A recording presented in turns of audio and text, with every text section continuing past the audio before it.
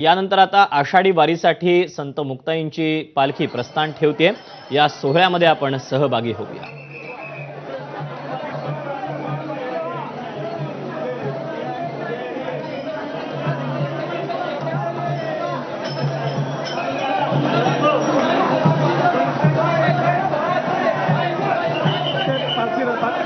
नगर परिसरामध्ये सध्या जोरदार पाऊस बरसतो आहे, मात्र या पावसाचा कुठलाही परिणाम या सोहळ्यावर दिसत नाहीये। मोठ्या संख्येने वारकरी दाखल झालेले आहेत। यासोबतच मुक्ताईंची पालखी आता प्रस्थान ठेवताना मंत्री गिरीश महाजन, गुलाबराव पाटील हे देखील यामध्ये सहभागी झालेले आहेत। ते देखील या पालखीचं सारथ्य करतायत। खांदेकरी म्हणून ते आता या सोहळ्यामध्ये सहभागी झालेले आहेत। बराच मोठा पल्ला गाठायचा असतो या पालखीला आणि अर्थातच वेध लागलेले असतात ते म्हणजे पंढरपूरचे।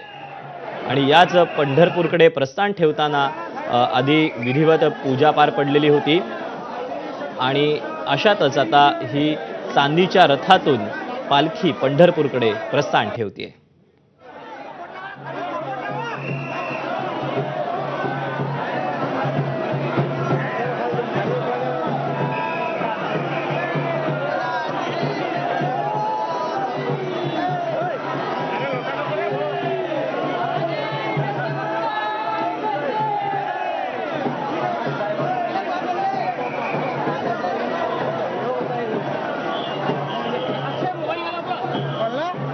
आदिशक्ती मुक्ताईंच्या पालखीचं 318 वर्षांच्या इतिहासात पहिल्यांदाच चांदीच्या रथातून हे प्रस्थान होतंय।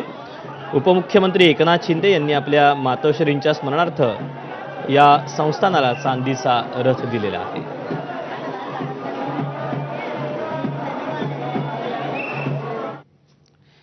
आणि यासोबतच या बुलेटिनमध्ये वेळ झाली इथेच थांबायची। ब्रेक नंतर पुढचे अपडेट अमोल सोबत पाहत रहा एबीपी माझा।